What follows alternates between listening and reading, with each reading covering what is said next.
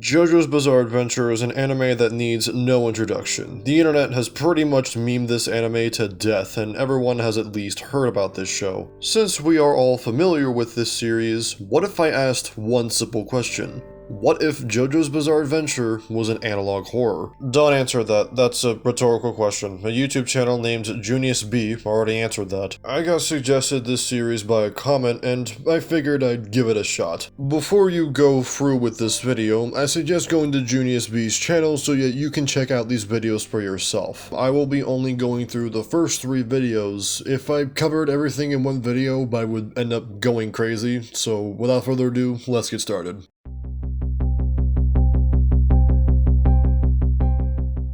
We begin with an interview by a random citizen who claims to have remembered a certain situation, but is very blurry to him. He was involved with a music video film, and he was a designer for a rapper named Jackboy. That's not his full name, by the way, it's this. Looks like a Xbox username, I know. A black car was seen circling around, and according to the designer, Jackboy was involved. He didn't even say what he did, and definitely not sketchy. A man with a gas mask is seen talking to someone. The person that was being talked to walks up to the film crew and immediately shoots up everyone. Then the designer immediately escapes and police cars are seen swarming everywhere. Oh look, a message from Junius B, at least I assume. Let's see what it reads. Now you aren't supposed to be seeing any of this. Leaking this will have every one of those Foundation agents hunting me like dogs. I'm not going to show you too much, because some things we both know and you shouldn't. Unless you have a then their existence isn't something I want you to know. Could this foundation be the Speedwagon Foundation? And could this redacted word be stand? It seems as if the Speedwagon Foundation is trying to hide the existence of stands from the public, most likely to reduce panic. The agent interviewing asks in a very distorted voice, so I'll go ahead and voice this myself. Oh no, I totally understand. Did anything strange happen that day in that occurrence outside of the mysterious figure? Do you have an identity, anything that you can recollect from this event? The interviewee continues his side of the story and says that he had to jump the fence in order to hide in someone's garage. When he looked outside to see what was happening, it looked like the shooter was possessed. As for Jackboy, his body looked like it melted. That's the only description the designer could only think of. The designer is of course freaked out by this seemingly supernatural occurrence. Oh no, there's no reason to believe that you were any way involved in this. These things happen quite quickly, and in a very high number. You'd be surprised. Is there anything traded between anyone in the gas masks and Jackboy that's of note? There's also director's note here, but it's a redacted mess. They are really trying so hard to hide that there's stand users in this universe, huh? As for the designer's answer, he says that Jackboy knew about a group that he was a part of, but didn't know the name. Jackboy's experience with the group was like they were, again, possessed. The designer didn't really think of it, and just thought it was a joke. Meanwhile, on the news, it said that there was a pipe accident, but even that felt vague to the designer because all he wanted to do was run away. The shooter might have been talking to 2 people, but that's all he saw. We get the agent trying to get answers from the best of the designer's ability. Oh look, another letter, let's see who it's from. It's Junius again. Before I go, Valen, I hope you see this. This is for you. Don't worry, nothing that telling is here. But just know, they are watching you, and your family too. Then the following shows a report of who Valen is. She's a thief and has the ability to mind control people just by the touch of their skin. This is, of course, her stand ability. So, from what we got, the Speedwagon Foundation serves as the umbrella company from Resident Evil in this universe. And they are interviewing a man who was a witness to murders that was most likely from a stand user. Okay, next video.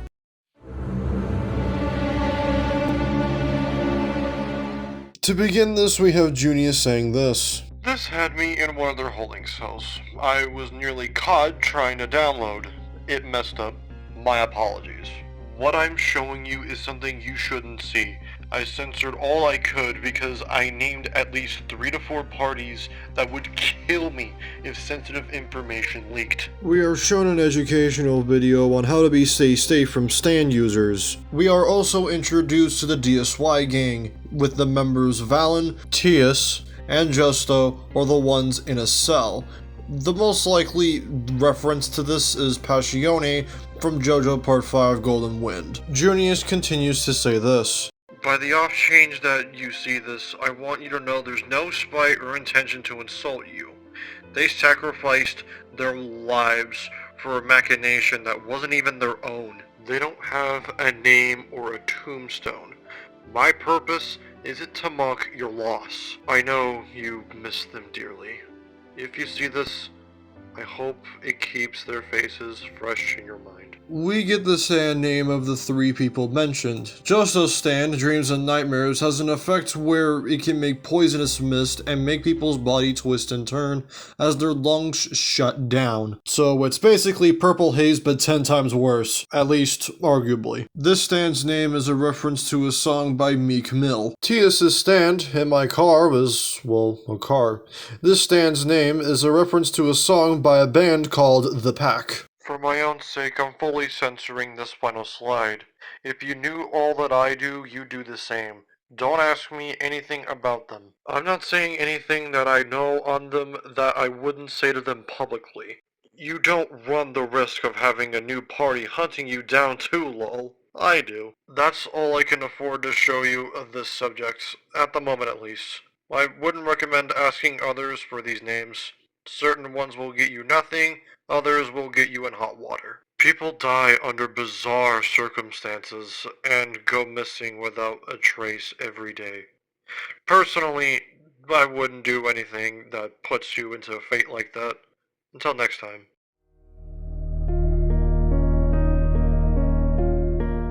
We are given a video by the Speedwagon Foundation that worked hard to keep what happened in Kiln, a resort, in secret. A battle happened in Kiln where a bunch of casualties happened, including an agent's death. Judging from a witness testimony, the stand user was able to fuse people's veins with water by getting their skin into the water. 2 other allies of this mysterious stand user, Dante and Octavian, were also involved. Dante flipped the switch for the fire alarm so the stand user could activate their ability and kill hundreds of people. There's also this piece of information, but my brain can't physically comprehend what's going on because of the censoring. Junius says the interview he gives is distorted because of the trade-off for exchange of the information he's given us. The interview he just talked about is what we are going to talk about right now. The person being interviewed wants to go home, but the agent keeps wanting answers from them. The agent asks what the interviewee thinks of a certain family. The answer was to attempt to lie at first, but then later admits that the family was a real estate family. Could Valen be a part of this said family? I wouldn't be surprised if this video lands me in hot water, but what's done is done. Color me surprised if they let this one, yeah? Kiln was a tragedy on all levels. A lesson to always watch your surroundings.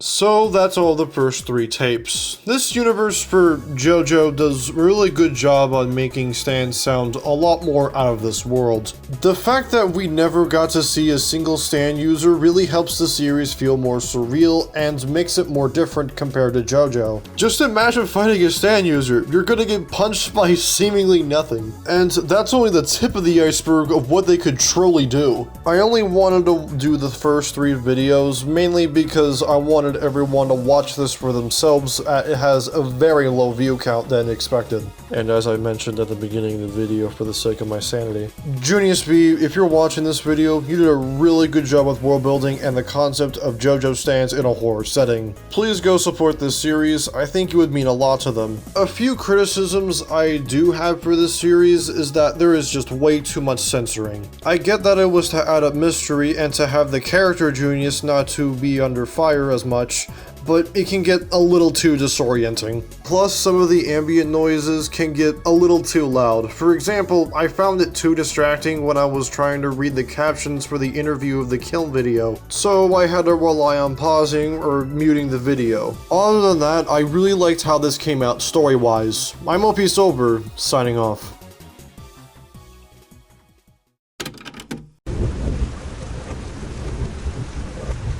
Besmir Towboy Feast and if the warm number of scout for help. On the footy which me slopes it.